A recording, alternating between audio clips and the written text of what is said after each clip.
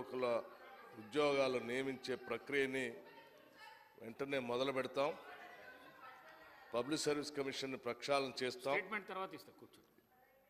తద్వారా నిరుద్యోగ యువకులకి ఎప్పుడు పరీక్షలు జరుగుతాయో తేదీలతో సహా ముందుగానే ఆ క్యాలెండర్ను ప్రకటిస్తాం. తద్వారా జరిగేటువంటి పోటీ పరీక్షల్లో ఇబ్బంది లేకుండా, ఓవర్లాప్ కాకుండా, సమస్యలు ఉత్పన్నం కాకుండా ఉండేటట్టుగా చేస్తామని ఆ రోజు మాటిచ్చాం.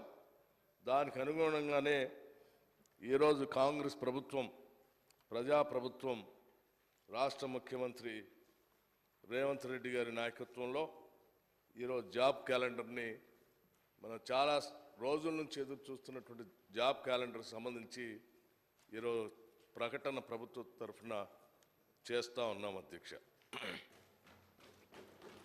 అధ్యక్ష,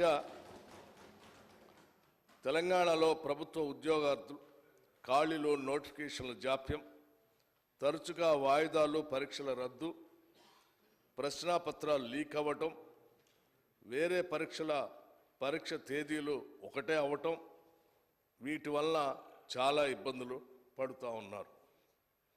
పోటీ పరీక్షలకు సన్నద్ధం అయ్యే యువతల్లో ఈ సమస్యలు తీవ్రమైన నిరుత్సాహాన్ని కలిగించాయి.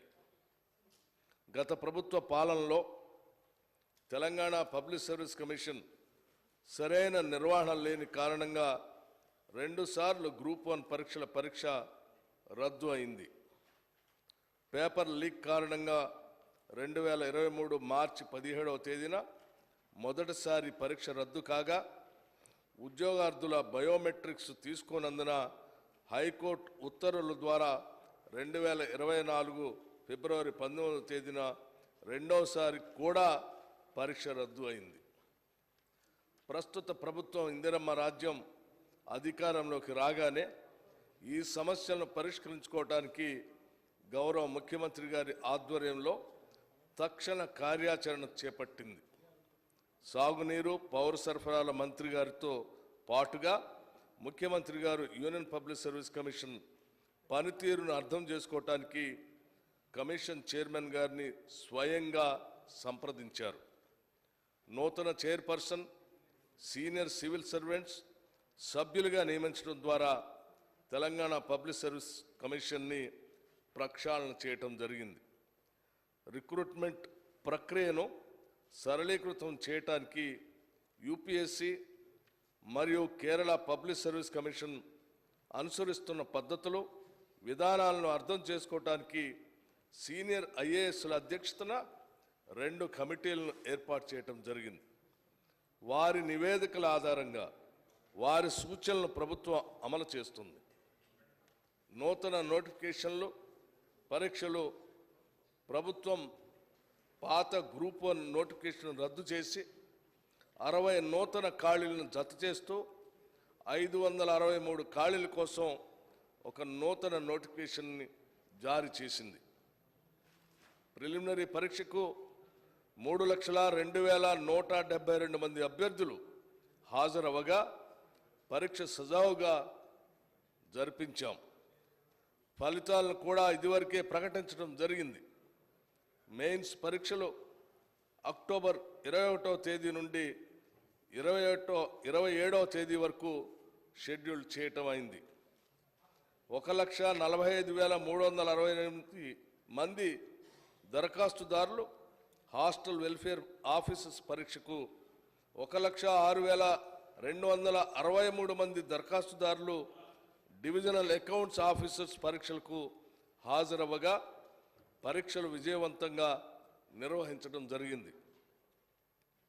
వివిధ రాష్ట్ర ప్రభుత్వ శాఖల్లో 32,410 మంది యువతకు నియామక ఉత్తర్వులను జారీ చేయటం కూడా జరిగింది.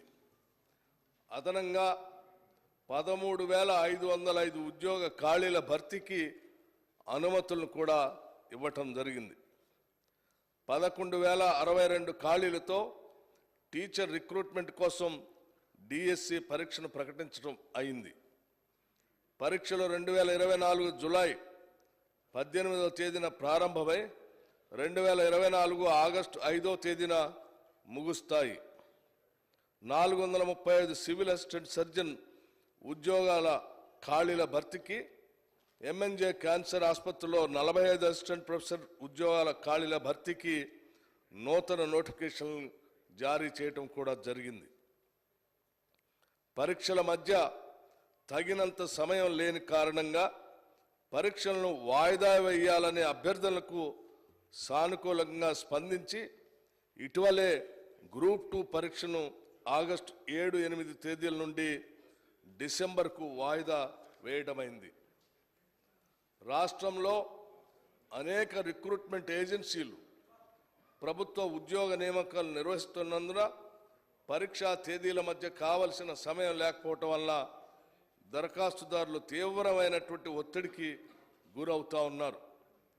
యూపీఎస్సీ మాదిరిగా పరీక్షల రద్దు లేదా వాయిదాలు అనేవి లేకుండా అట్టి సమస్యలను నివారించడానికి పరీక్షల మధ్య సరిపడ ప్రిపరేషన్ సమయం ఉండేలాగా టీజీ, పిఎస్సి మరియు ఇతర రిక్రూట్మెంట్ ఏజెన్సీలు ముందుకు పోతూ ఉన్నాయి. రాష్ట్ర ప్రభుత్వం ద్వారా వివిధ శాఖలలో నిర్వహించే డైరెక్ట్ రిక్రూట్మెంట్ కొరకు ప్రభుత్వం ఒక వార్షిక క్యాలెండర్ తయారు చేసి తేదీ 1/8/2020